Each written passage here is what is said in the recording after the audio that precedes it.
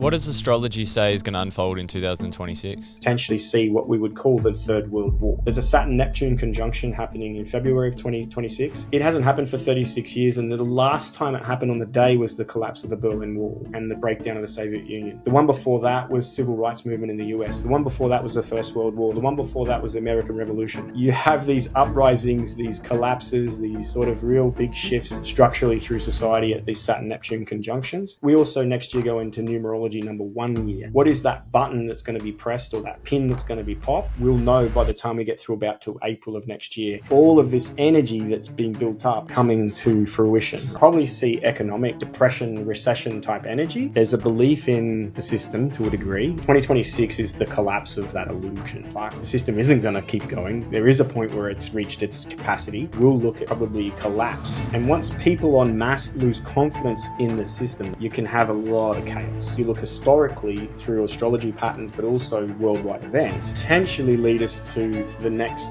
world conflict. Luke Balcke, welcome to the show. Thanks, Egan. Thanks for having me, mate. So how does one get into astrology? That's a good question. My gateway drug was a 9/11 conspiracy video. Back at a time in my life when I was asking questions about fucking what is the purpose of living and life and where am I? And I'd gone through a pretty significant sort of breakthrough moment in my life, and I was trying to rebuild myself, and that was around sort of 2013 into 14.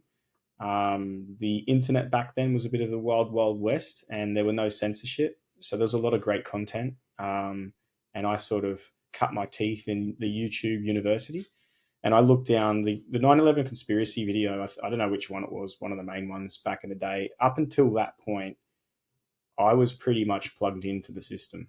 When September 11 happened, I remember where I was when that happened. And I was one of those people like, yeah, fuck yeah, let's go get them. This is fucked, screaming at the TV.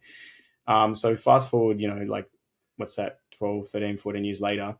And I don't know, I just started to question things. And that video came across my sort of face, and I looked into it, and I sort of went, what? Hang on a second, what do you mean? And then I just went down that rabbit hole, and next thing, the moon landing was fake, the Earth's flat, and I'm an astrologer.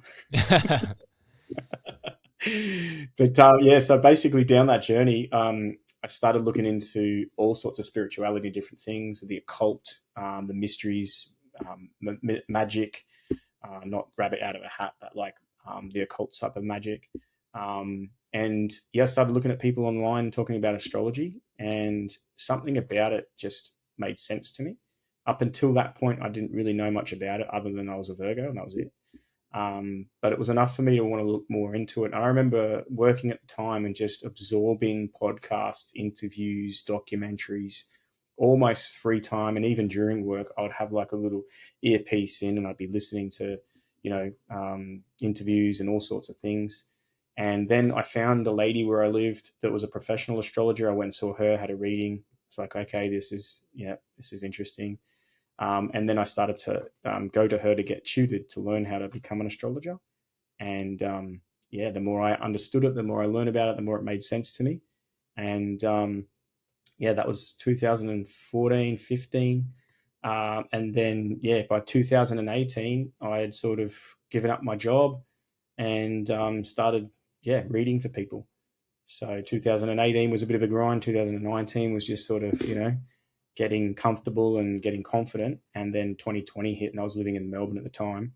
And it was exponential growth because people were locked down and everything went online, and people wanted to know what the hell's going on. And I was pretty outspoken during that whole time, anti the whole establishment and whatever they were trying to push down our throats. And my client database grew exponentially, and I reached then people in other countries around the world.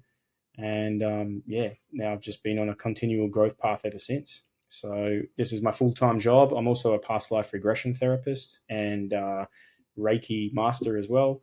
So I incorporate some of those styles and techniques into what I do, and I also offer that as like a supplementary to astrology. So and I have clients pretty much in most countries, most Western countries, which is kind of cool. I get to work wherever I have internet connection I can work from. so I'm not tied down to a location, which is great. And yeah, it's not something I set out to do back in. It just sort of, the more I learn about and understood it and understood myself and the world around me, the more it made sense. And then I just found myself, like, it was like a calling, you know. So it's pretty much alignment now for me. And yeah, I'm extremely grateful and super lucky to be able to do something I'm passionate about, helping people at the core of it, but then looking at life and life experiences from the lens of astrology. Yeah, it's interesting. So, in simple terms, what is astrology and how do you think it influences our lives? Yeah, I think that astrology is the language of the energetics of the universe, right? So consciousness is energy, right? And there's different forms of consciousness and conscious experience: unconscious, conscious, subconscious, right? So all different forms of energetic experience. And we're going through life and we're having certain experiences. Astrology is just a language to help understand the energetic pattern of experience, of life, of consciousness. And I don't say that astrology is doing anything to us. It's not because the planets are in a position that you are a certain way. You already are a certain way energetically because of all the experiences you've ever been through in this life and every other life. So every experience you've gone through has left an impression upon your soul, and that has modified your soul's unique energetic, frequency. And even though fundamentally we're all the same in the sense that we're all souls, having a human experience, each soul's frequency is slightly different. And when your soul energetically came into a body, this is its energetic physical expression. So what astrology allows us to do is understand the different makeup of the individuality from one soul to the next. And then we can put it into context to how they live and experience their life and their life path. So you already are a sort of crazy, we're all sort of, I always say to people, we're all sort of fucked up. And we already are that way. Imagine that your soul is like a key, energetic key, and the universe is like a massive energetic lock. And every now and then, there's a match between the frequency of your soul and that of the universe. And then therefore, there's a pathway for you to come in and incarnate into another life experience. So if we then look to the sky at the time of that birth, right, the precise moment, we say, oh, energetically, you matched that, right? So that's what's happening for us cosmically, energetically, through astrology, right, with the positions of the planets, the signs and their aspects in relationship to one another. And therefore, if you came under that influence, your soul, your sort of soul energetic key is a match to that cosmic lock. So it's correlation over causation. A lot of people, when they sort of start understanding and learning about astrology, they use it to sort of identify strongly with or blame. Oh, it's because I have, Saturn in my second house, I'm broke. And it's like, no, you have issues around money and you have to, like, challenges to overcome. And your Saturn in your second house helps me understand that. And what is that process and how do you approach it? It's not causing it. It just correlates to that area of your life experience. So I always tell people correlation over causation. Otherwise, you have people, new age, oh my God, Mercury's retrograde. Oh, it's because of that I'm a fuckwit. It's like, no, you're a fuckwit. Mercury retrograde is just happening coincidentally at the same time. Do you know what I mean? Yeah, I was actually playing around with ChatGPT. You'll find this funny. And I was like, because you see so many people on the internet there that they've got that like language around spirituality and astrology and how they use it to justify behaviors or understand things. I'll read you this. I didn't know if I was going to read you this, but it's super funny. Yeah, go for it. He ghosted me because my Venus is in retrograde, but honestly, it makes sense. My actual rising sign is a Neptune-ruled Pisces, which means I manifest avoidance as spiritual detoxification. Yeah. Yeah. Quite creative. Look, if we're using it to blame, we're a victim of our astrology, and then what use is that, right? Well, that's just how it is. What astrology is more useful for is understanding these certain patterns that underlie your experience so that you can then consciously work with the positive expression of that pattern. You don't have to. You can do whatever you want. And you can go through all the different range of expression of energy, and astrology can help us understand the potential for that range of expression. But it doesn't necessarily say, well, because that's there, you are that way. You might say, well, you already are a certain way. That there, how do we use that to understand what that is? And then do we need to evolve that? Okay, if there is a Venus retrograde, maybe there are some issues around achieving your values, your personal values within your context of relationships. So in other words, you sacrifice what it is that you want and your meaning and purpose to maintain relationships. They desire to have connection or to avoid rejection is stronger than alignment to values. And therefore, overcoming that is learning, well, what does it mean to really become clear of my values in my relationships so I can have better relationships? So I understand people's need to validate or justify their experience or their behavior, but like we shouldn't stop there. We should say, okay, cool. Well, that helps me understand it. Now, what do I do about it? And that's my work as an astrologer, is not just telling you about like some cool, funky things about your chart and how that might relate to your life experience. It's then saying, where are the issues? Where are the sort of shadow aspects, and where are the hidden things you're not aware of? Where are the challenges and the blockages, so that we can evolve them? What's the karmic pattern here? What are you doing that you don't even realize you're doing? How can we use astrology to understand that? Like, it's like the energetic blueprint. So, there's the blueprint. Okay, what do we need to do to tweak that? So, yeah, ChatGPT is interesting. Like, it's funny. Like, it'll literally make shit up and pretend that it knows and it's accurate, and they call it on it, and then it will say things like, "Oh, you're right."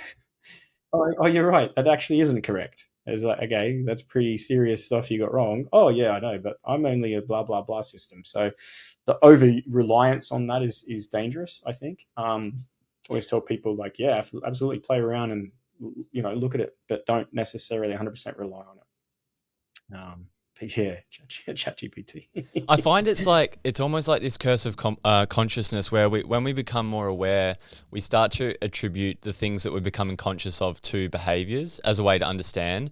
So like, I'm trying to think, how would someone best like simply understand astrology? Because when they become aware of, maybe what their signs are, it's really easy to start to attribute the things that are going on in their life, because they're outsourcing responsibility and they're outsourcing the cause of the outcomes in their life to the position of celestial bodies. So like, how can someone frame it in a way to be empowering, not, disempowering? Yeah, for sure. And I think that's the thing, is that most people use it as a form of validation or justification or identification. And that's a part of the process, is to understand that energetic dynamic, right? So astrology gives us the language to understand the behavior, but then that's where a lot of people just sort of stop and be go, oh, well, that's just how I am. That's just the way it is. And it's like, well, if it's a dysfunctional behavior, if it's something that you've come here to actually evolve through or to work on or to transcend, then we can use the astrology to sort of go, well, how do we do that? What is the process to do that? So me, I'm a Virgo, right? What's your birthday? Virgo's an earth sign. Sorry, what's that? I'm a Virgo as well. What's your birthday? Oh, okay. I'm the 25th of August. Yeah. Oh, okay. No, I'm a September. Yeah. Okay.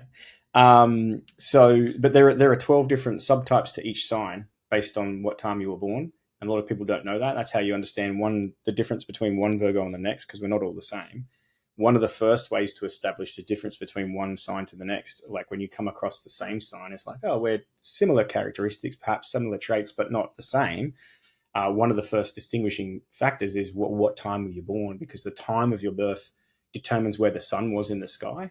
And someone born at midnight is going to have a different expression of their Virgo energy than someone born at midday, because the sun's out in the middle of the day. The quality of time is a lot different at midnight than it is to midday, sort of thing. So I was born just after midday, so my sun is in what's called the ninth house. So the subtone to someone like myself is called Sagittarian. So I'm a Sagittarian type Virgo, which is the seeker and the teacher, right? I want to know things. I want to explore. I want to have experiences of expansion where I'd go either somewhere to I've never been, foreign, like through travel, or through my mind, through philosophy, religion, spirituality.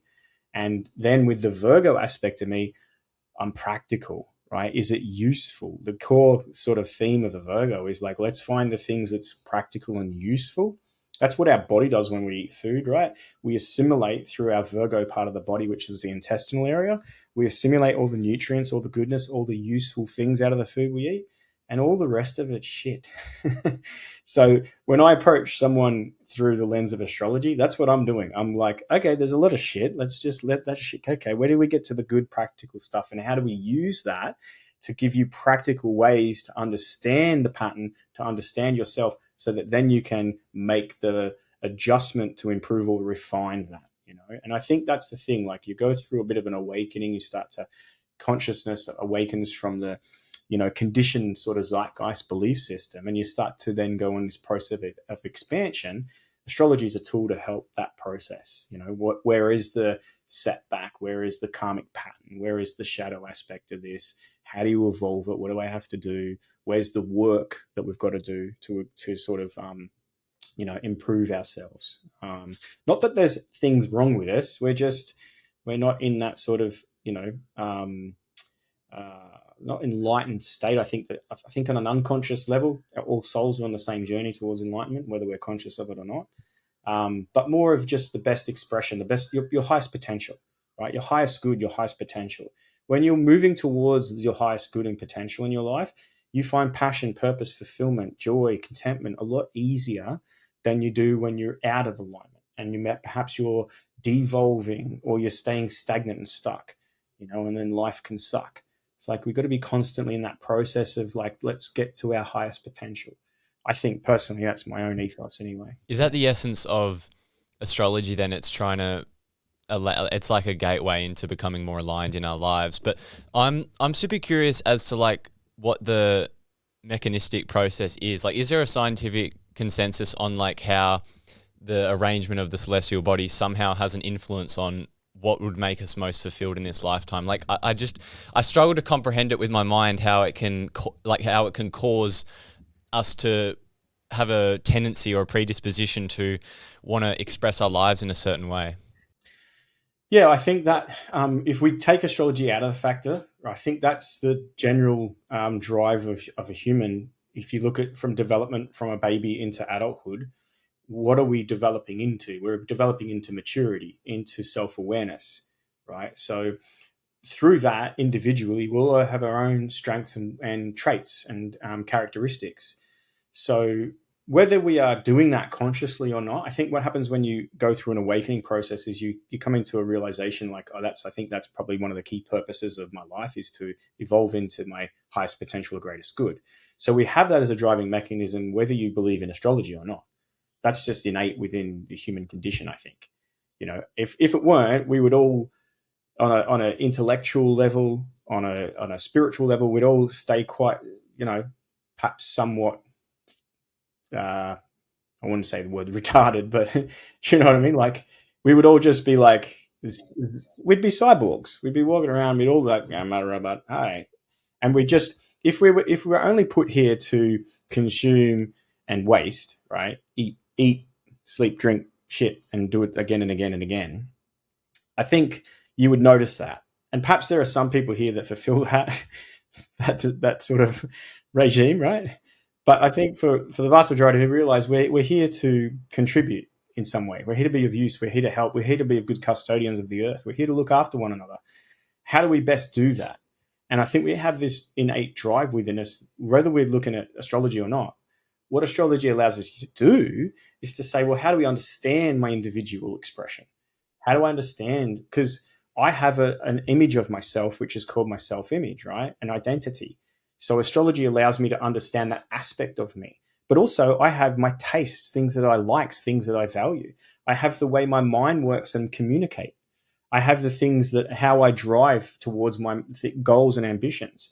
I have the challenges, the setbacks, the difficulties I've got to have overcome. So we all have these different aspects of our life. Astrology just gives us language to that, to sort of go, oh, well, that then understood through the lens of astrology is this. Now that we understand it, what are we going to do about it? And like I said at the beginning, it's not causation. Astrology isn't doing this to you. The universe isn't doing anything to you. You are you. You're living your life experience. There is a co-connection between our individual soul consciousness and that of the universe. It's sort of like we're all connected, right? So what astrology allows you to do is understand the energetic blueprint of that experience. So then we can sort of use that to evolve, to become more self-aware, to self-actualize, and to work towards. Because here's the thing, right? We aren't all good at the same thing. We all have innate qualities. We all have innate gifts. We all have innate skills that we've sort of that just come. You look at kids when they're born, right? I've got 3 kids. One is like super, super intellectual and really smart. One is super creative, and the other one is a mixture of the two of them, right? Now, that's not anything that's innate. That they were raised the same way. Like they were put in the same environment. They were raised in the same household. They went to the same schools. Like everything around their conditioning is very similar, except they turned out with these different qualities. So then what you could do by looking at the astrology is we could understand that more deeply and then say, right, well, for the creative person, I'm not going to push him to go and get a 9 to 5 job or to try and I'm going to be pushing him towards, hey man, your gift's creativity. So let's find a way to be able to channel in and tune into that gift. What aspects of that make you really passionate, and then you give them the power to align to their own sort of innate, expression. I think that's the best use of astrology. Yeah. Rather than sort of going, well, I am this way because of it and there's nothing I can do about it and that's just how it is. More of a victim of the astrology and using it to justify our shitty behavior. I think that's a new age sort of bypassed, little challenge. And it happens through all different aspects of reality, no different with any form of spirituality. And I think also astrology, it's a tool for the process of self-development, self-actualization, self-realization. It's not the only tool. It's just a tool. So it's not like, it's not like you have to have it. It's the tool along the way. So that's what I found with it was really super practical, was to know myself more deeply. I learned about myself through the lens of astrology. And, it's a continual process. It's not like I'm completed on that journey. I'm fucking a novice and I'm still learning about myself. And, what's that now? I started looking at astrology in 2014. Now it's 12 years ago. And I'm still learning about myself looking at my chart. I'm still understanding different aspects of myself looking at my chart. I'm still understanding how to navigate life by looking at my chart. Am I 100% using it for every aspect of everything and living my life in accordance with it? No, but it's like a tool, right? We use it when we need that tool, help me understand what's going on in my life and give me sort of ways to approach things, different ways to act and behave. And also too, when there are difficulties and challenges, astrology can help you understand, well, what is that? And at the deeper level, why is that occurring, and how do I overcome it? Yeah, I had someone come on the podcast and they define consciousness as information, and I think why that's super useful is I think astrology can be a way to access more information about ourselves, which helps us understand and make better decisions for our lives. Because with more information, we can make better decisions. So that's a good way to frame it. 100%. 100%. And there'll be some people that go, it doesn't resonate with me. I don't understand it, or it's too complex, or it's just not like, that's fine.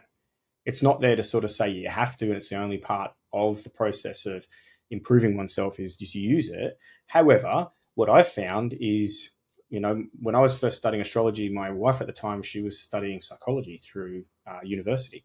And she was coming to profound insight into the human psyche from that method. And I was doing the same through astrology. And for me, I prefer astrology. It just makes sense. Once you understand how to interpret the language of it, it just makes sense to me. I look at myself, I look at human behavior, and I look at the world and how it sort of unfolds through the lens of astrology. And yeah, it just gives me a different awareness, a different way to see things. So, and it resonates with me. It makes sense to me. That Sagittarian aspect, which is that desire to like have higher knowledge and to know, but then the Virgo is that practical component. Like, yes, it's useful and it's practical within balance, So some people take it to an extreme, like all things that can be taken to an extreme. I try to use it in a very balanced way as one of the key tools on the process of self-development, self-awareness, self-actualization. I'm going to play devil's advocate. I did a bunch of research into astrology, and I'm sure you've come across these like foundational studies which are refuting the effectiveness of astrology. Have you come across the time twin study? No, I haven't.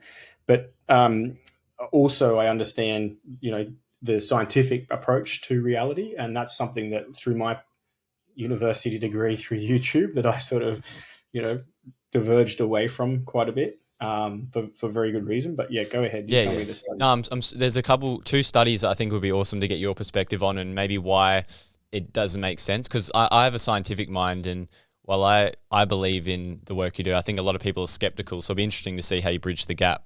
Yeah. So the time twin study there was 2,101 people were born in London, and they tracked all of these people who were born within minutes of each other. So they were known as the time twins. And the hypothesis was, if astrology works, these time twins should have very similar personalities, careers, and life outcomes. And now the results showed there was zero correlation. The twins were no more alike than any two random strangers, different IQs, anxiety levels, marital statuses, and professions. Now, I could see from my own perspective that there's probably some architectural flaws in the study, but what would be your answer to that? Because I guess the skeptic could easily look at this data and be like, oh yeah, there's no correlation here. So that it feels like their approach to trying to disprove astrology is coming from a very black and white perspective. Like it's either it is or it isn't, right? What you got to understand is if there's a certain placement within astrology, for example, the sun in Virgo, right? The sun in Virgo can express through all of the different ranges of Virgo as a quality, and that's just the sun, right? And it can express from the hyper transcendental, super positive to the neutral to the really shadow side and the negative, right? So there is a huge spectrum of expression for just that one placement, the sun in Virgo. When you look at a birth chart, you're looking at the sun in Virgo in what house, what aspects was it making? And then you're looking at the same pattern for every planet. And there are 10 main planets we use just in astrology. Plus then there are other things, other bodies, celestial bodies, other parts of the chart, which all help to build the individuality. But what I'm saying to you is that just one of those has a very broad spectrum of potential expression, from the heightened transcendental pure positive to the complete dark side and negative. So what would cause a different expression of that? Why wouldn't everyone just express it the same? Environmental conditioning, right? You put into an environment, right, where your environment is now different to their environment. So your choices through that, your exposure to certain experiences is different. So therefore it modifies the expression of that, just that one potential. Then times that by the infinite amount of ways the chart can express through all the different aspects of your birth chart, the planets, the signs, the placement of them within the chart. And then you have, okay, the chart's the same, but why are the people different? Yeah, I would say, well, the people are different is because conditioning means that they've made different choices, had different experiences, and they have modified the expression of those energies. And that's why when you're looking at astrology, you're not trying to fit someone into their birth chart. You're actually using their birth chart to understand their life. So you ask questions. It's like a counseling process. We want to understand their life, where they're at, their evolutionary conditions. Because the other thing that study doesn't consider is that they're saying that humans are just basically a physiology, right? Without soul memory, without soul intention. And I would say that we're quite the opposite. We have soul memory and we also have soul intention. So therefore, someone coming in as an old soul with a lot of innate qualities and gifts to express and a certain intention from a soul perspective, their astrology could be the same as someone else's, but it's going to express completely differently. Versus a new soul or a devolved soul with a lot of karmic loading, in other words, a lot of dysfunction within its soul memory that's coming to evolve through some of these bad or difficult, challenging patterns, they're going to express through the same birth chart in a completely different way. So I feel like the study is just looking at it's like, well, it is or it isn't, it's black and it's white. And I would say to you, consciousness and soul and the human experience, it's not black and white. It's not hot or cold, one or the other. It's an array. That's why we're called the hue man, right? The colorful man is because we have this spectrum of expression. At the core of it, we're all human. At the core of it, we all have a soul. But the expression of the individuality, like it's nuanced. And it's nuanced from an astrological perspective and in the sense of like the energetics. But then you put that soul into a certain environment with certain conditioning, and it's going to modify the expression of their experience. That's how I would rebut that. Yeah, and looking from my perspective, it seems like the study assumes that everyone fully embodies their astrology information, and it's not a consistent study. Like, it assumes that every individual who was born at the same time fully accessed their astrology information and utilized that, and therefore would have predictive capacity. But like we said, a lot of it's probably unconscious, so they're not using it to make decisions. So Yeah, or maybe they're not even aware of it even at all. They're not even aware of their astrology. I mean, I wasn't aware of my astrology and like it to the depth I am now until I was 34. So was it not happening because I wasn't aware of it? No, life is happening. My experience is unfolding. And then we can use the chart at any point in time to understand, well, that's where you're at. And these are the sort of energetics that are behind your life experience.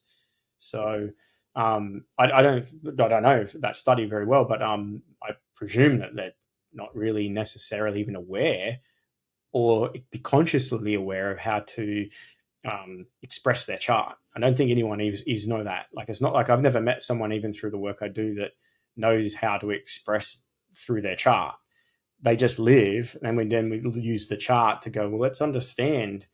For example, I'm going through a difficulty in my relationship. Okay, well, let's use your chart to understand that. Let's talk about that. What is the experience? What's the pattern? What do you see as a challenge? Cool. Let's use the chart. Oh, okay. We can understand that by these things. Now, what does that require from you? You know, is that requiring, like, where is there an imbalance? Where is there sort of a gray area? What are you not aware of? So the more we can give those people the awareness around, now that makes sense. Now they have because the conscious awareness is the first step of change. We have to be, if we don't know what we need to change, we don't change.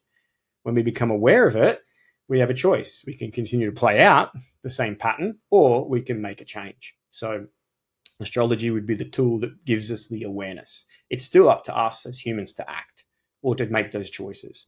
And I've got some clients that within a year, they have remarkable transformations just because of the awareness they get in a chart reading, just because of certain little things, and they become aware and they make the change. And you see them a year later, they don't even look like the same person anymore. Then I have other clients that for 5 years, the awareness is there, but the choices they're making are still the same. And it's like, well, they're not really doing it. They're just going through the same motions, and we can have the full awareness, but still the person has to act upon that awareness. So yeah, the chart is just there as a tool to give you that awareness. Yeah, it's not there to sort of say, like this is going to happen because the situation is the way it is. It's like, well, this is the potential of that. It's how you choose to move through that experience as to whether you go that way or that way or that way. Yeah. all right, let's see where this rabbit hole goes. Why do you think these things are not taught? Oh, there's my jam. I love this shit. Because astrology is a key, one of the keys of self-realization. And the people that have designed the society and culture that we live within, Babylonian structure that went to Rome, and then it's this same system that keeps moving on. And it's been perfected probably by the church and state. So the Westminster system, English, King James back in the day, perfected a culture and a society and a functioning of a way to work things and the government and how everything works. Even if you look at the days of the week, right? Each day of the week is associated to one of the 7 main planets. So even the way that system is structured, its time, it's structured the way that it works, it's structured its parliament, it's everything. You could look at it through the lens of astrology. And you don't have to peer very deeply into that symbolism to see the connection. So if the system that we have been conditioned to live within is at a higher level being designed by those initiates that have that higher knowledge, and they've done it in a way to perhaps control the expansion of consciousness and to control the awareness of the masses, right? Then they would never allow the masses to have the knowledge of the keys to the system that is their, let's say, prison, right? So they ostracize it, they demean it, they outcast it. It's pseudoscience, like it's not taught anywhere. That's just, they'll give, you know what they give you? They give you the horoscopes in the magazines and newspapers. It's generic, it's non-specific, it's very easy to discard and dismiss. That's the depth of the vast majority of people in mainstream that have with astrology. That's why they go, well, do you believe in that? And it's like, I don't believe in astrology. I just know. I know how it works. I know the language. So that's the first reason, is that the system that they use as a mechanism for controlling the masses is designed with the understanding and knowledge of astrology. So if then they taught astrology, people would understand, hang on a second, like that's how this whole system works, right? So it's the keys to unlocking that. They don't want a self-aware populace. They don't want the masses with self-awareness. They want the masses subdued consciously and easily led, right? Look at COVID as an example of that. Mass worldwide pandemic. How do they control the masses in that way? They use fear, and they just control them like this, right? Do this, don't do that, do this, do that. So the more self-aware person, the more like self-awareness is like, actually, no, I have free will and sovereign choice, and I'm not going to partake in that. Imagine if en masse we did that, the system would collapse. So those that own the media and the governments, the politicians, and all of the way all of the things that we have as a way of propaganda and holding up that belief in that system, they have also taken astrology and pushed it out to the side like that. However, when you learn and understand astrology, and then you sort of look to these key players and how they do things, and they all have a very basic understanding of astrology.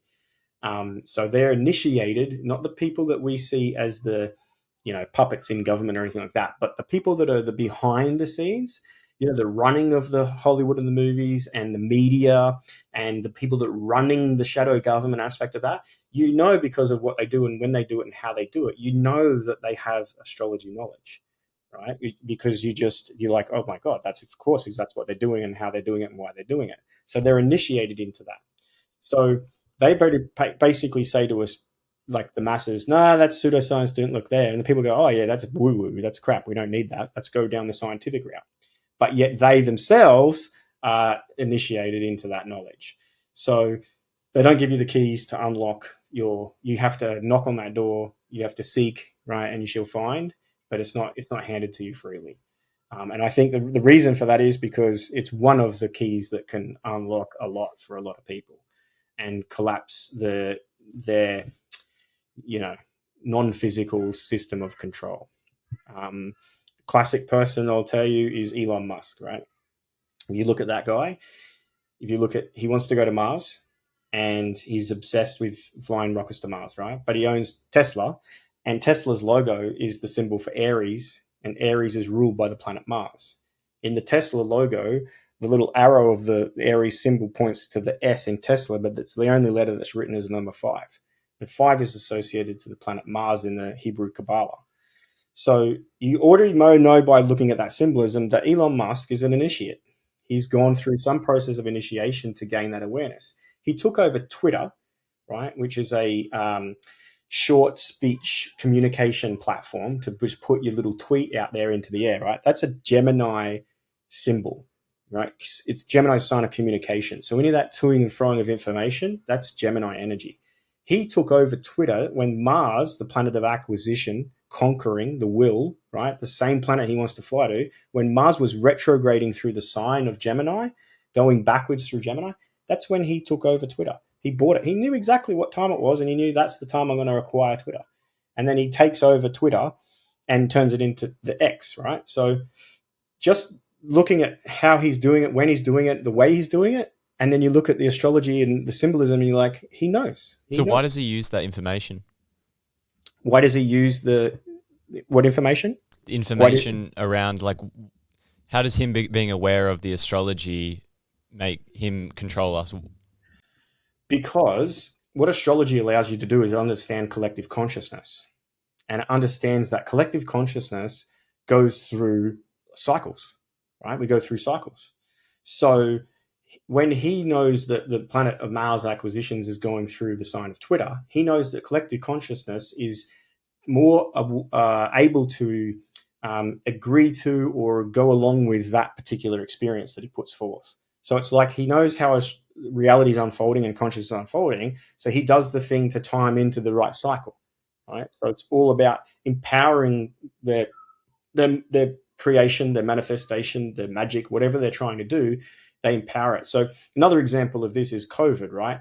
Why did COVID happen in 2020? Well, because astrologically, the planet Pluto and Saturn were coming together for the first time in 40 years in the sign of Capricorn. And Pluto is transformation through crisis, health crisis. Saturn is the planet of death, but also control and government. So they had a worldwide governmental control pandemic through a health crisis. Why would they do it at that time? Because they know what the celestial clock says. The cosmic clock says that's the time. So that's the time that best suits what it is that they want to do. What they're doing down here, people like Elon Musk and the people that run the shadow aspect of reality, they're faceless people. We don't know them, right? But there's a organization of people. Maybe they're the bloodlines or the families or the Illuminati, whoever. They're behind the people that you see, right? They're playing the Game of Thrones. They're playing the Game of Thrones down here. And the Game of Thrones is the game of the stars. So they're saying that's what's happening up above, and then they mimic it down here. And when they mimic it down here, they become the god. They become like gods down here. So why are they doing that? That's a great question. Why are they doing that? I don't know the reason. I don't know the answer to the why, but I can tell you how and when and all of those things, because it's fucking time to the sky clock. It's like, oh, that's what time it is, and that's what happens. So yeah. Does that answer the question? Yeah, 100%. What do you think, what are some of the biggest things people should be aware of to start seeing what's really happening in the world? Even if it's like historical events, what would you point to for people that they should be aware of?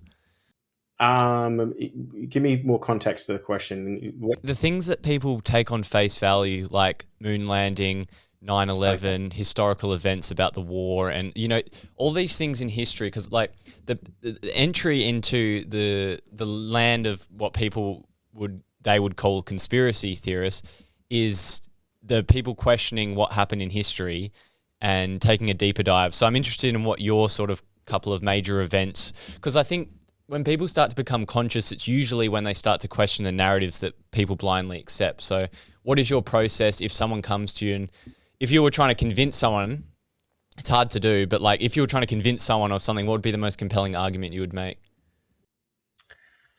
Oh, that's a good one. It's going to be case by case, because it depends on the person, because the saying, you don't go full retard. If you expose someone that's really new to the deconditioning process to something that's really like pretty fucking far out there, it can have the opposite effect. So you don't start with flat Earth, right? Because it's too big of a jump for people to go to. Now, am I a flat earther? I'm just not a glober. I don't believe in the globe. I don't know what shape it is. I'll probably lean more towards it's flat, but I don't believe in the globe. I was, like everyone, conditioned to believe in it. It was there in the science room in grade 10. It was in the kindergarten when I was 7. So like I've had the same belief system, and up until I wasn't a flat earth, up until I was a flat earther, I was a glober, believing in it. So I would never take someone that's really at the beginning process and do that, because the jump is too big. It's like, you're fucking crazy. When it first came to me, that idea, I rejected it. I was like, that's a bit too far-fetched. No, I don't know about that. But what it was for me was 9/11, right? At a time when conspiracy videos started to really become popular, which were just basically truth videos, because the conspiracy is the story they tell us about reality. That's the actual conspiracy. You have to be a conspiracy theorist to believe in the reality they present to you. And if you look outside of it, that's actually truth. That's why they invert it. That's why they call you the conspiracy theory. But really, the conspiracy is it's their story they're trying to present to us. And it's their story. Is it historically accurate? No fucking way. No way. And all you have to do is you have to just pierce beyond your conditioned belief system a little bit and have the courage to challenge your beliefs, challenge what you've been conditioned to believe. Why do you believe that? Because that's what I was taught. Well, who taught you that? And what was the motivation for teaching you that?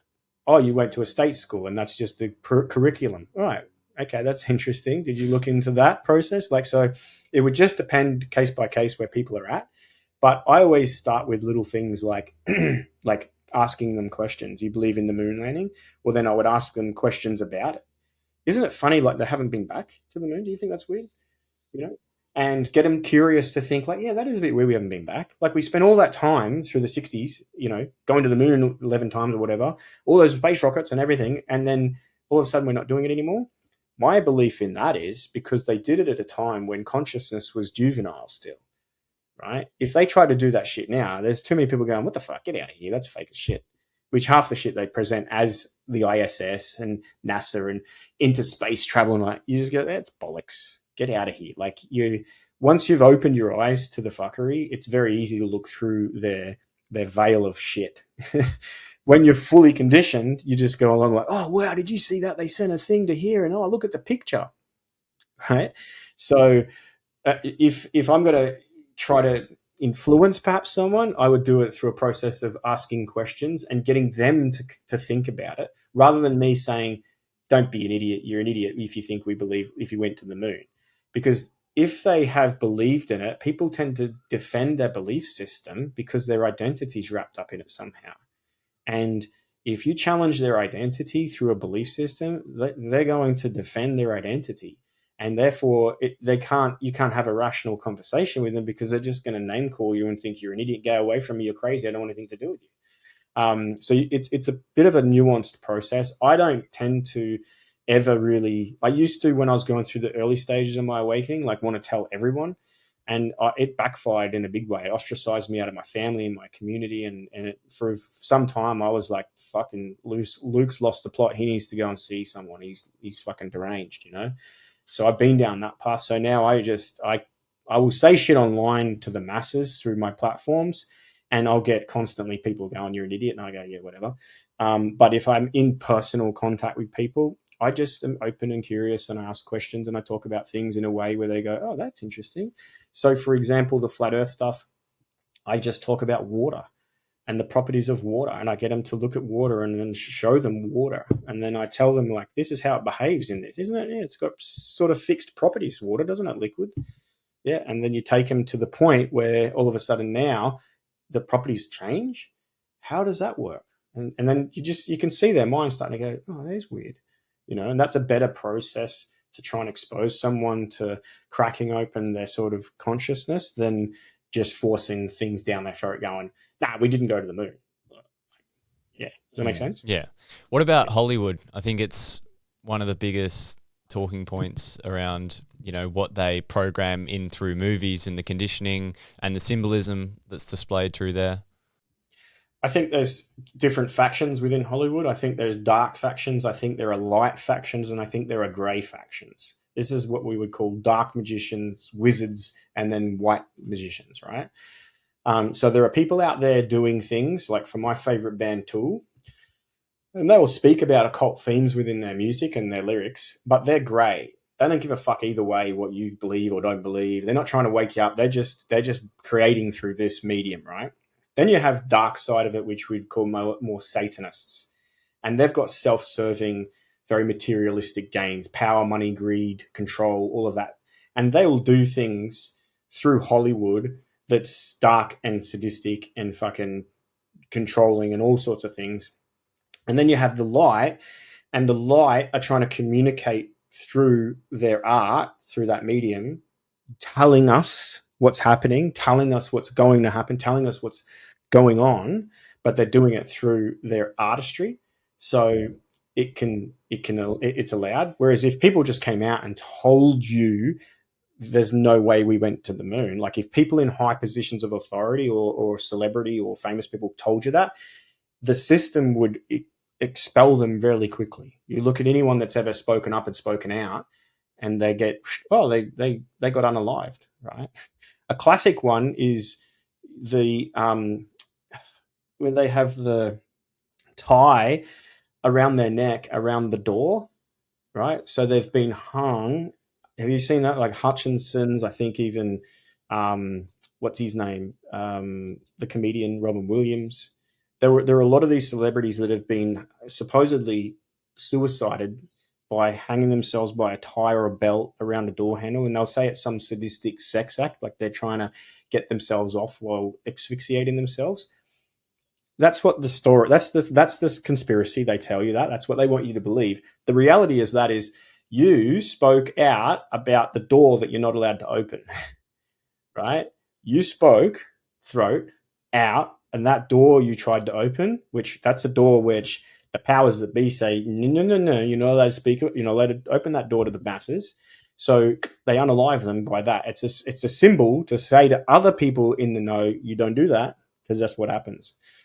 So coming back to Hollywood, um, you can find in a lot of movies the whole how they staged and faked the moon landing. Simpsons, the Minions movie, the one they just did, Fly Me to the Moon. They're basically telling you they faked it, but they didn't fake it. They had it just as a backup. Like they're telling you straight there, they're telling you, but they're doing it in a way where you go, it's just a movie. Well, they can't tell you because they get unalived. So they tell you through their art. So you can look at back through me. This is why the Matrix movie, which is a massive awakening movie, right? And his passport expired. That movie came out in 1999. His passport expired on September 11, 2001. That's Neo. Where's that? In the Matrix movie, you see Neo's passport, Keanu Reeves' passport. The expiration date on his passport is September 11, 2001. Right? Now, you could say, oh, that's just coincidental. Oh, is it? Like, if you look back through the movies, they give you symbolism to things that's foreshadowing what's coming, right? Because they're trying to tell you without telling you. So a big part of Hollywood is to do that. And yes, there is a dark side to it. Absolutely. Are there any examples of that? Sorry, again? Are there any like examples that you can point to of Hollywood showing what they're going to do? Okay. You've got a lot of movies that came out in the late 90s and early 2000s that were all about pandemics. 28 days later. You had that other movie with the monkeys. You have a lot of these types of movies that come out and they talk to you about pandemics, right?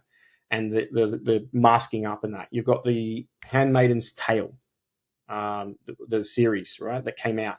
You had people watching that through 2020 going, are we in that movie?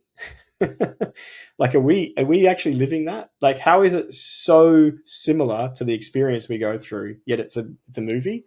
So again, it's like, if you look at it symbolically, not literally, right, they'll show you symbolically certain things that are occurring. There was a movie that just came out called Bugonia, Bugonia, Bugonia, with Emma Stone. Brilliant movie. Littered with flat earth, and also very occult-like at the very end of that movie. I'm not going to give you the spoiler because it's only a new movie and people will want to watch it, but I highly recommend you watch that movie with a really open awareness and look at it from a symbolic point of view. What are they trying to tell you? What are they trying to tell you about the world and where we're headed and what those things? If you look at it, they're telling you, oh, don't be ridiculous. Okay, cool. I will just see that as like another symbol in foreshadowing the future, So how do they do this? Why do they do that? Again, the light side, or the grey and the light side of these initiates, they're there to try and help and support and wake and do that, but they can't just come out and tell you. That's just so they've got to show you, right? Now, if they show you and you aren't awake or aware to know it, they showed you still, yeah? So they told you what's happening.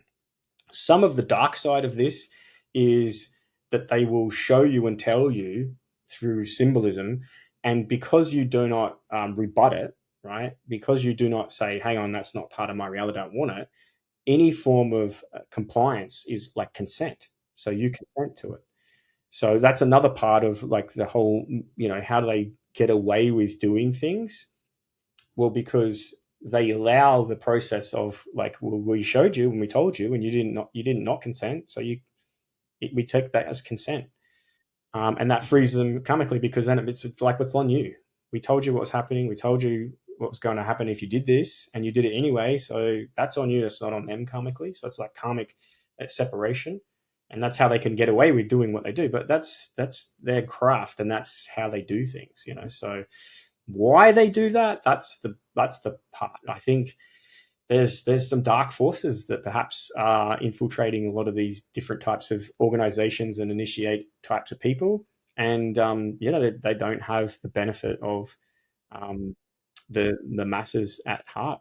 You can certainly see that, and COVID was a prime example of that. Whatever force was behind doing that, that was a dark, dark time for humanity. And the way in which they approached the outcome of that and the resolution of that was sadistic. But people made a choice. That's the choice they made, right? So that's why are they doing that? That's the more deeper philosophical question I can't answer. But yeah, but certainly that they're doing it. Absolutely. It's obvious. This is the thing about astrology. Astrology is a language, right? It's just a language. It's a symbolic language. So when you understand how to decode that symbolic language, you see reality through that lens. So you're more aware of how they're trying to communicate to us symbolically.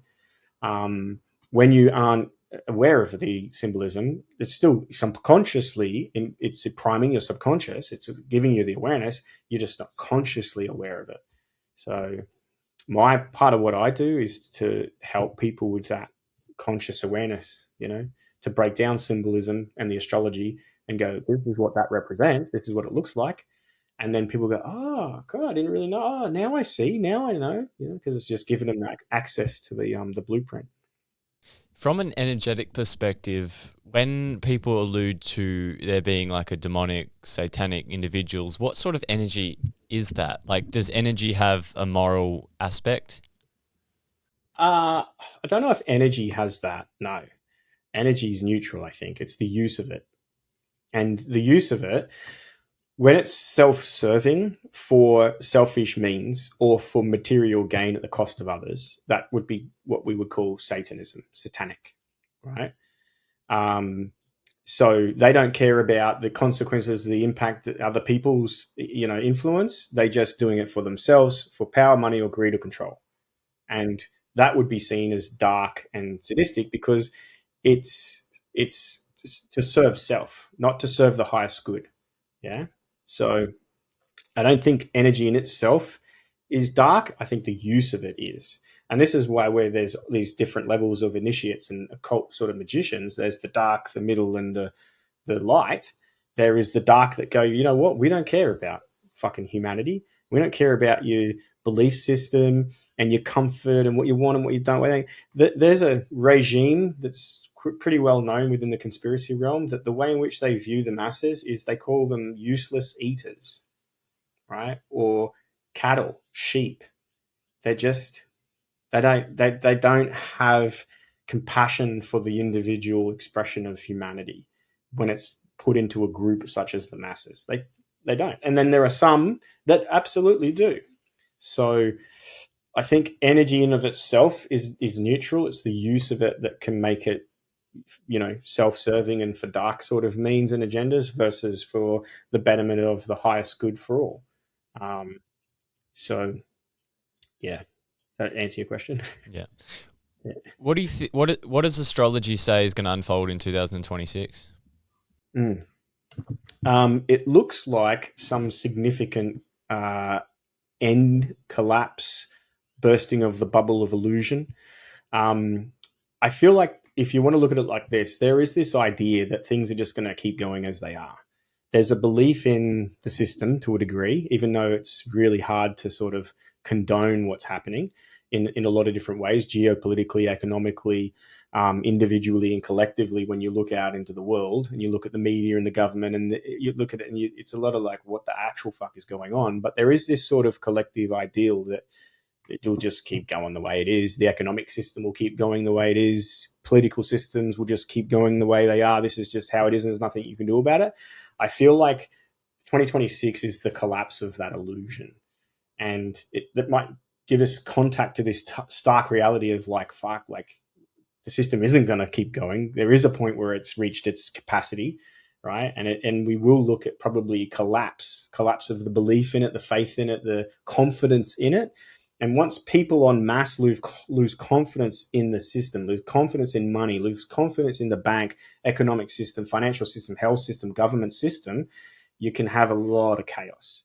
And it's my belief, if you look historically through astrology patterns, but also worldwide events, that we'll probably see economic sort of, ends, collapsing, depression, recession type energy, which will then potentially lead us to the next world conflict. So there's already some pretty significant conflicts going on around the world, and they're only serving to sort of amplify. They're not diminishing in their intensity. So the Russia-Ukraine, which is basically Russia-NATO, it's got nothing to do with Ukraine. That's just a proxy for NATO to be able to get to Russia. So that doesn't look like it's going to be resolved any time soon. Then you've got in the Middle East, you've got the Israel-Iran / Middle East sort of area that's a hotspot.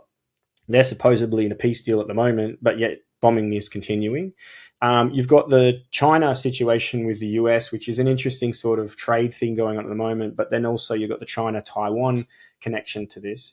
You've got fighting in India and Pakistan. You've got fighting in Thailand and Cambodia.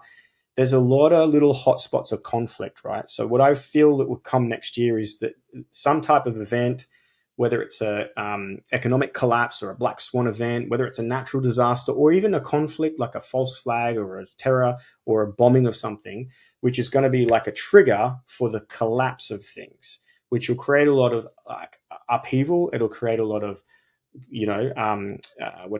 unrest, chaos, like what the fuck's going on, people panicking and stressing like that.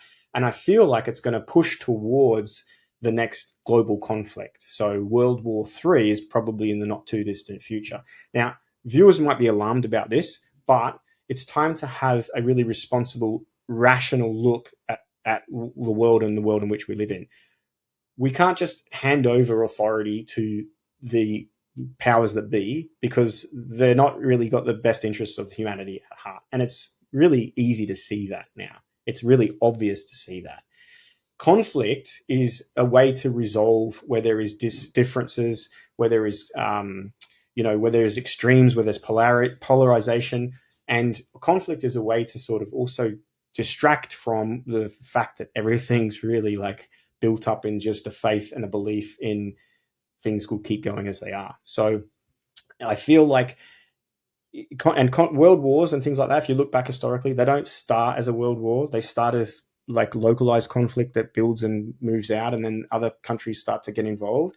I feel like you're going to see an amplification of localized conflict that's going to get bigger and bigger next year, and that probably 26 through 28 even is where we could potentially see what we would call the Third World War, where you have lots of countries involved in conflict and supporting countries. Like, for example, Australia, we're tied into the UK, Canada, the US. So if they end up in some form of conflict, we're in that conflict as well. So I feel like it'll be drawing more of this in. The economy, I feel like they're wanting to reset the economy because we can't continue the same fiat currency system. And all fiat currency systems, if you look historically, that every single one fails. It gets to the point where it's the end of it. The debt system they've been using has got exponential now. There is a little bit of false belief, false hope that AI is going to be the savior. There's a huge amount of investment into it at the moment, but I feel like that AI bubble will bust. And when it does, that is the only thing holding up this idea that things will keep going as they are and the debt can continue. And I think once we reach that threshold, there'll be some type of chaos, bank upheaval, economic disparity, which will give them the what's the word? It'll give them the ability, perhaps, to implement their next financial system, going to maybe digital currency, crypto-backed systems, central bank digital currencies, things like that. They can't just tomorrow turn off the economic system and start us on a digital one. They have to have a reason for the masses to want a new system. So what could that reason be? Well, if you think about COVID, they want a mass inoculation. That's really what COVID was about, wanting mass inoculation. How do you get everyone, I don't mean everyone, I mean the masses, on majority of the masses to want mass inoculation? Well, you create a pandemic, right? You frighten the fuck out of them, you lock them down, you put a mask and you restrict them, and you do that and you tell them the only way out of this is to do that. So what does everyone want? Let's do that. So economically, how do they get a new system but the people wanting the new system, right? Well, all that's going to waste. We're going to resolve your debt. And all you got to do is you got to sign up for this digital thing. We're going to give you this thing. And next thing, here's the new economic system. And you get to transfer all these dollars into digital dollars, But the only way you can do that is if you sign up to this and your digital ID and digital things, blah, blah, blah, blah. So all of that is already in the making, already in the pipeline. The systems are already there for that. But what do we need? We need some catalyst that allows the, response, the reaction, to drive the next phase of whatever this is. So 2026, beginning of 2026, February through April, that's a really peak period astrologically. There's a Saturn-Neptune conjunction happening in February of 2026. It hasn't happened for 36 years, and the last time it happened on the day was the collapse of the Berlin Wall and the breakdown of the Soviet Union. The one before that was civil rights movement in the US. The one before that was the First World War. The one before that was the American Revolution. You have these uprisings, these collapses, these sort of real big shifts structurally through society at these Saturn-Neptune conjunctions. This one's different because of the connection to the outer planets at the same time, which amplify it. Plus, it's happening at the 0 degrees of Aries, which is the very beginning of the zodiac, which is probably the most potent point of the entire zodiac energetic wheel, is the 0 degrees. It's the alpha point. And we also next year go into numerology number 1 year. So what is that button that's going to be pressed, or that pin that's going to be popped? I feel like we'll know by the time we get through about to April of next year. And then it's going to be all of this energy that's been built up coming to fruition, right? So what does that mean? Unrest means economic fluctuations, potential collapsing, new systems coming, but also conflict, right? So a way to distract the masses from the systems cooked and the government's lost control is go to war, right? Because then everyone's going, we're going to war, we got to prepare, we got to do this, what are we doing? We're going to be attacked, so all that sort of thing can happen as a big way to distract, so that they can implement the next phase or whatever it is that they want to implement. You go back and look at all of the other wars that have happened, the significant ones, it's the same type of system, right? They talk about the Great Reset. They want to reset, right? I don't want reset. Reset is when you get your old system that's not working and you reset it back to its factory starting. So you go back when you reset something. They want to reset us. I don't want to reset. I want to evolve beyond all of this, right, into a completely different reality for us. So there will be a process where they'll try to reset. I think long term, it's not going to work. I think the outcome eventually is there'll be a completely shift of reality. This ties in with where we are astrologically, and I think we're at the significant point in the changing of the ages from the age of Pisces into the age of Aquarius. They want to control that process and control the consciousness of the people through that process. So they do that through these types of big world events that elicit a lot of fear, keep people vibrating at a low point, and then they're easily controlled, easily manipulated, and easily persuaded. So I feel, though, that since 2001, there's been a mass awakening, and that's expedited, or expedited at least, since COVID. Way more people awake, way more people aware, and way more people going, hang on a second, this is what's going on. So I feel like try as they may to reset, and there will be casualties along the way. It's not going to work long term. They need everyone, and they're not going to get everyone. Right? They need everyone to adhere, to believe, to want and commit to the next system. Not everyone's going to. And that by its nature will cause it to fail. It's just going to take some time. So 2026... whatever we've been building to, and you can all sort of sense this, something's coming. 2026 is whatever this is going to be here. Now, is it like some sort of black swan event or a natural disaster or a false flag or what? It doesn't really matter what the catalyst is. You've got to understand what it allows, and it allows for this massive shift or this tidal wave of energy.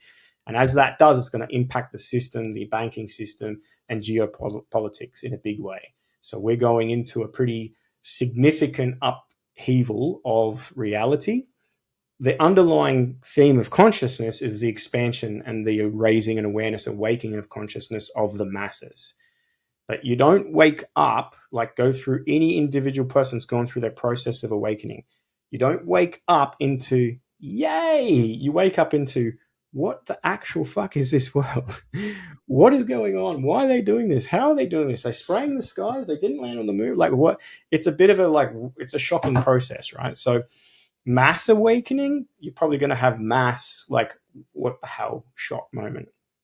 What does the world look like without the control and our perception of what reality is, right? Because if it's being controlled by these people in the background, would they just not allow, this beautiful future reality that gets envisioned when the system eventually collapses? Like, I just don't, I struggle to see how it's going to play out in the long run. Yeah, it's hard to know what that looks like. What does this world look like? What does humanity look like without fuckery? Right. I feel like that's why the souls are awakening, is because that's what we're here to co-create together. Is a new way to live on this earth, a different way to live, a more simplified way of living, more where we're in harmony with the natural world, the earth and its inhabitants. We're supposed to be custodians of this world, but because of our desire for comfort and security and money and fame and greed and power, we're not really looking after this place to the extent that we should. And is it a dark cabal of people controlling it? Aspects of it, I believe. I think another aspect of it is just this is humanity's sort of own doing in a way. What that looks like beyond that, the type of utopia or new earth, I feel like that's up to us individually and collectively to sort of reimagine, to reimagine that. And the Saturn Neptune conjunction, although that's going to time into a very significant collapse, loss of confidence and faith in the system, it also is a whole new cycle of Saturn Neptune, and Neptune is the dream and Saturn is the reality. So what reality are we dreaming up into the future? If we have consciously primed as a collective to go through an initiation of a new dream for our future, and potentially that could look like one more of freedom and sovereignty, right? Well, if you had invested interest in controlling the powers that be because of the power, wealth, control, greed, money that they can gain from it, you'd probably want to intervene in that process so that you can control that next dream and vision for humanity.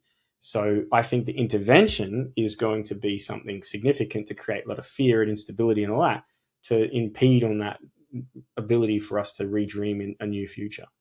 So, you look at this collapse of the Berlin Wall, right? And this division between East and West Germany post Second World War. The collapse of that, you had people that hadn't seen their relatives on the other side for 20 or 30 years. Imagine how their consciousness shift through that moment and how their realization of their future could change in just that one split second, right? What caused that was that wall coming down. That wall coming down allowed this whole new imagining, like a whole new, because up until that wall was there, you're not allowed to go there. You can't travel. You're not allowed through. You can't get there. You're on that side. That's where you stay. The wall comes down and all of a sudden expands their consciousness, their vision, their future, their ideals, their beliefs, their desires in that split second. So we have that opportunity next year. What are we going to reimagine as a collective?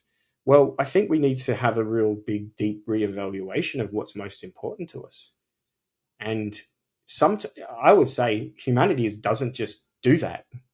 Usually, the significant evolution of humanity and culture and society happens through chaos and crisis and moments of upheaval. That's where that process can take place. We're not just going to all wake up tomorrow and go, you know what, I think let's all fuck this shit.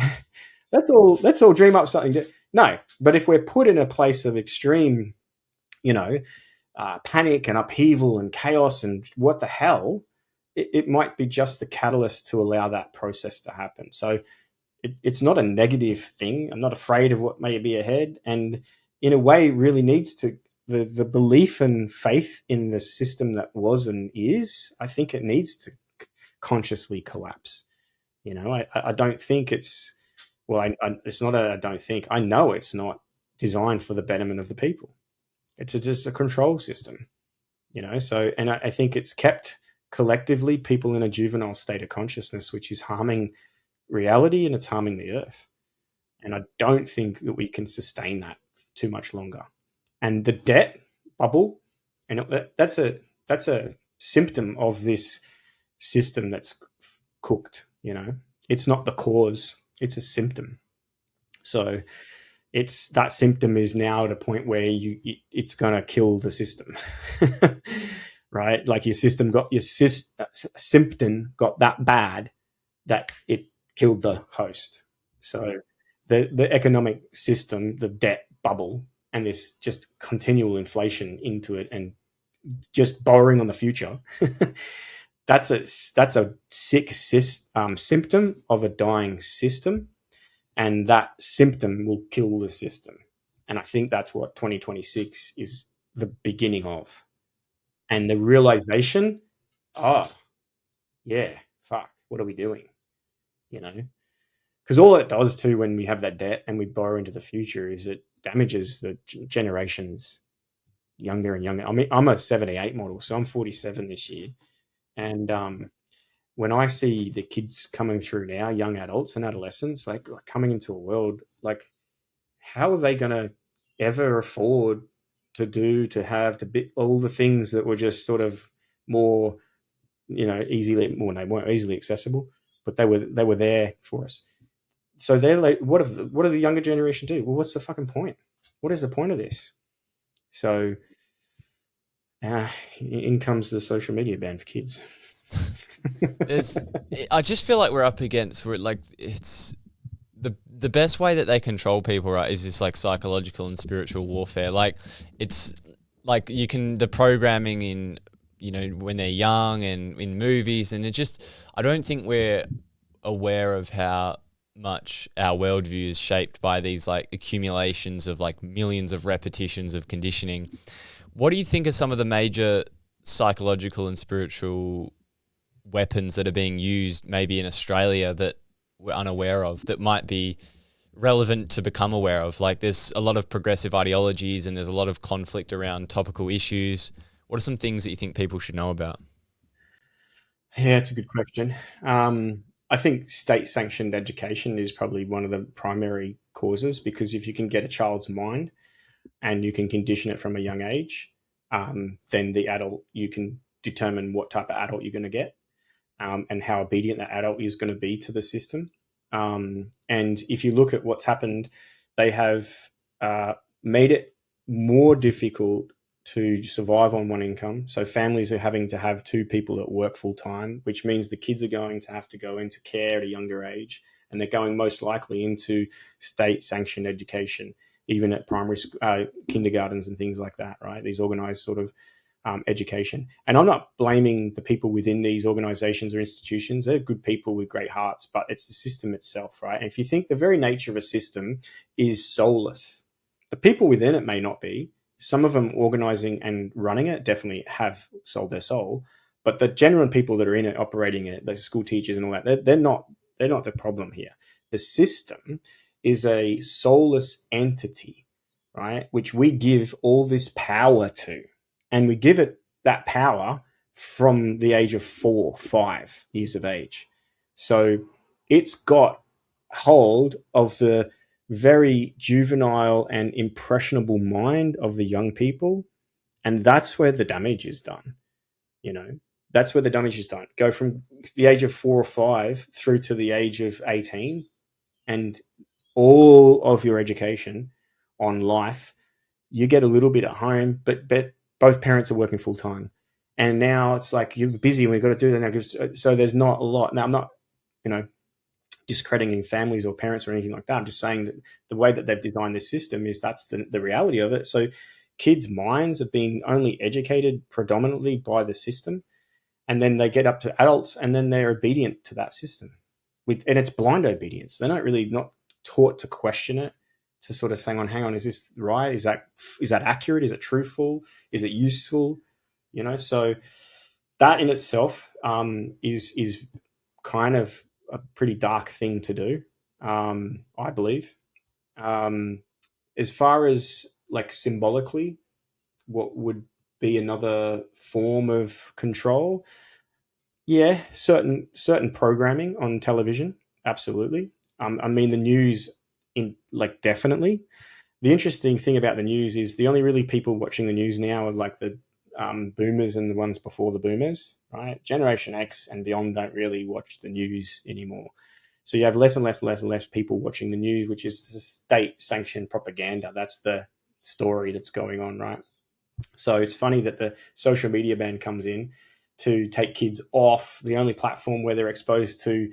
But if you think about social media is, yes, the algorithm and the tech people that are behind it can manipulate it, but ultimately social media is people talking to people, people sharing information, people on your social peer group all around the world sharing other information about life, their journey, funny things, interesting things, newsworthy. Like that's what social media is. Yes, there's manipulation because of the algorithm and it's designed to, capture your attention. So it's going to put the things that it thinks that is going to be relevant for you. So there's manipulation. And I definitely think there needs to be some sort of, look at that. And we need to like have spiritualized algorithms would be a good thing. But to take kids off of that, right, is because they know they're impressionable young children at that age and they don't want exposure to the will of the people, because what's going to happen when they're a little bit older? You're going to have a very defiant younger generation. And if you look historically at where there's revolution and there's uprising and the people revolt, it's not people in their 40s, 50s, and 60s doing it. It's people in their 15 to 30 category, right? It's the young people that go, what this bullshit? Like, look at Nepal just recently, where like all the generation Y or millennials, no, I don't know what they call them anymore, but all the young people overthrew the parliament, burnt it down, kicked them out. They had to airlift them out, the politicians out there. They were all between the ages of like 15 and 25. So the banning of social media of kids to 13 to whatever, that's because the people in the system, they don't care about the exposure to the kids and the bullying. They don't give a shit about your child. They want the minds of those people. They don't want them being infected, because what happens is they become young adults where they go, fuck your rules, fuck your system, fuck your tax, fuck you, all that bullshit. It's crap. The system bullshit, right? So that's another thing that sort of people don't really take into the argument of that whole social media thing. I know it's a little bit of digression from the question, but hopefully that's sort of give you an indication of like it's multifaceted. I think is one thing that they've used, but I think state sanctioned education is like a big part of it.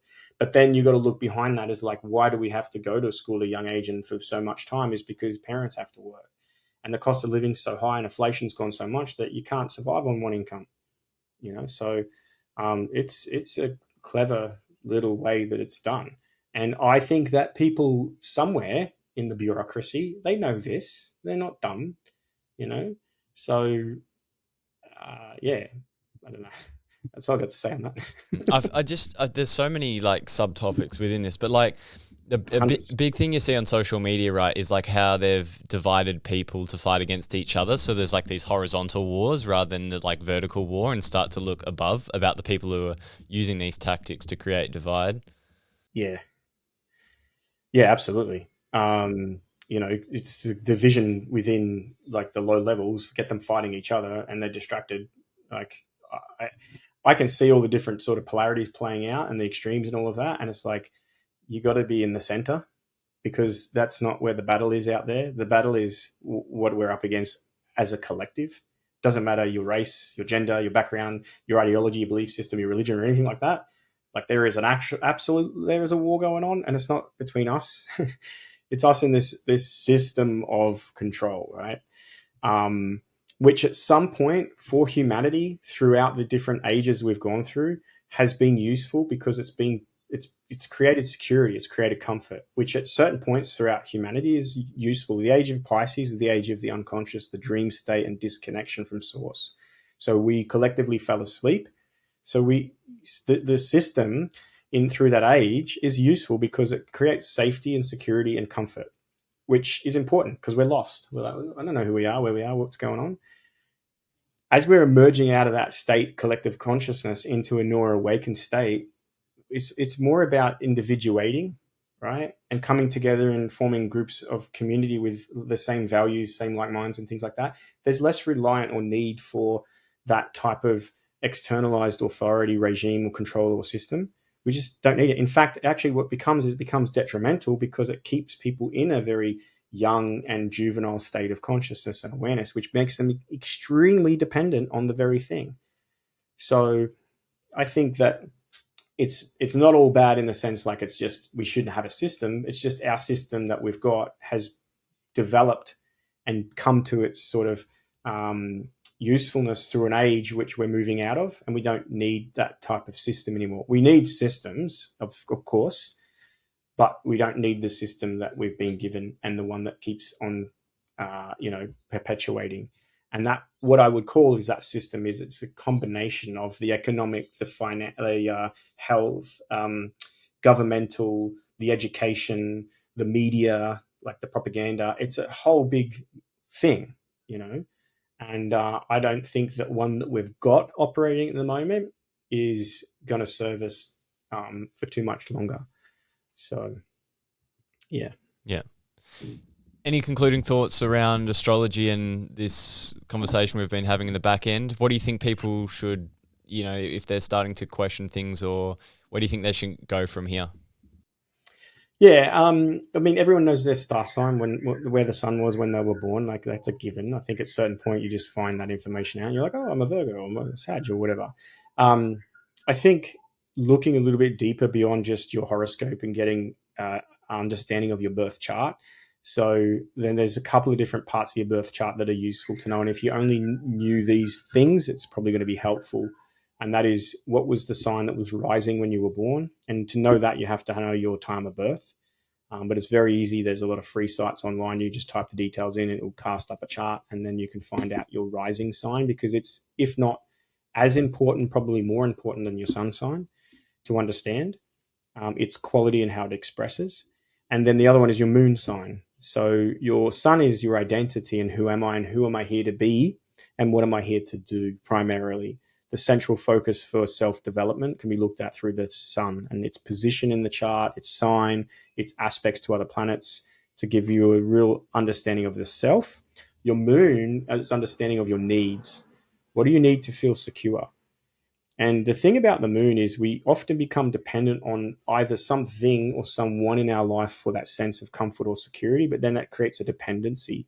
So becoming independent, becoming sovereign, personally responsible, you've got to take care of your emotional needs. What do you need for security and emotional comfort?